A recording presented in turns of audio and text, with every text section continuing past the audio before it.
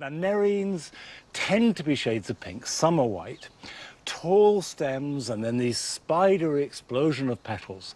They are elegant, delicate and superb for late summer. They flower in September. So I'm going to put a crock along the bottom to stop the soil falling out of that hole. And the potting compost is really very, very gritty. I know that it's difficult getting hold of compost at the moment, so you must use whatever you can get. But if you can get a peat-free compost and then add either grit or perlite or sand, that will help anything that makes the drainage sharper. Nerine bulbs are very tall with sort of funnel-like stems. And the top of that wants to be at least 2 inches below the soil if you possibly can.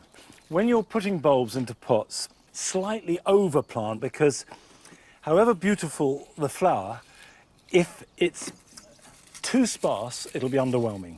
It's better that they jostle for room. They're not crammed, but on the other hand, they're fairly closely planted. And then I just cover them over with the same gritty compost. Now, this is a bulb that absolutely loves being baked in sunshine. Put it in the warmest place you have in your garden. South-facing wall is ideal. Water it once a week, and if necessary, stick it up a bit so that there's no risk of it sitting in a puddle of any kind. And the more it bakes, the better it will flower.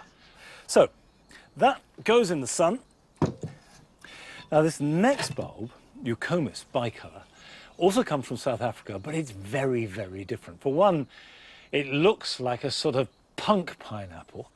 And for two, it has very different requirements, because Eucomis like to be bone dry in winter, but in summer, they like plenty of moisture. And I've got a different compost for them because you want something that retains some of that moisture. So this has got much less grit in. If you use just a standard peat-free potting compost, that will be fine. And then these bulbs look different. They're fatter, they're slightly scaly. And we'll just put 3 in there like that. I don't need a deep pot. They can be planted much more shallowly. So we'll just cover up round them. The snouts can stick out the top. There we are. Pop the label in. The nerines need baking. These just need to be warm. And the Eucomis will flower from late June on and on into October.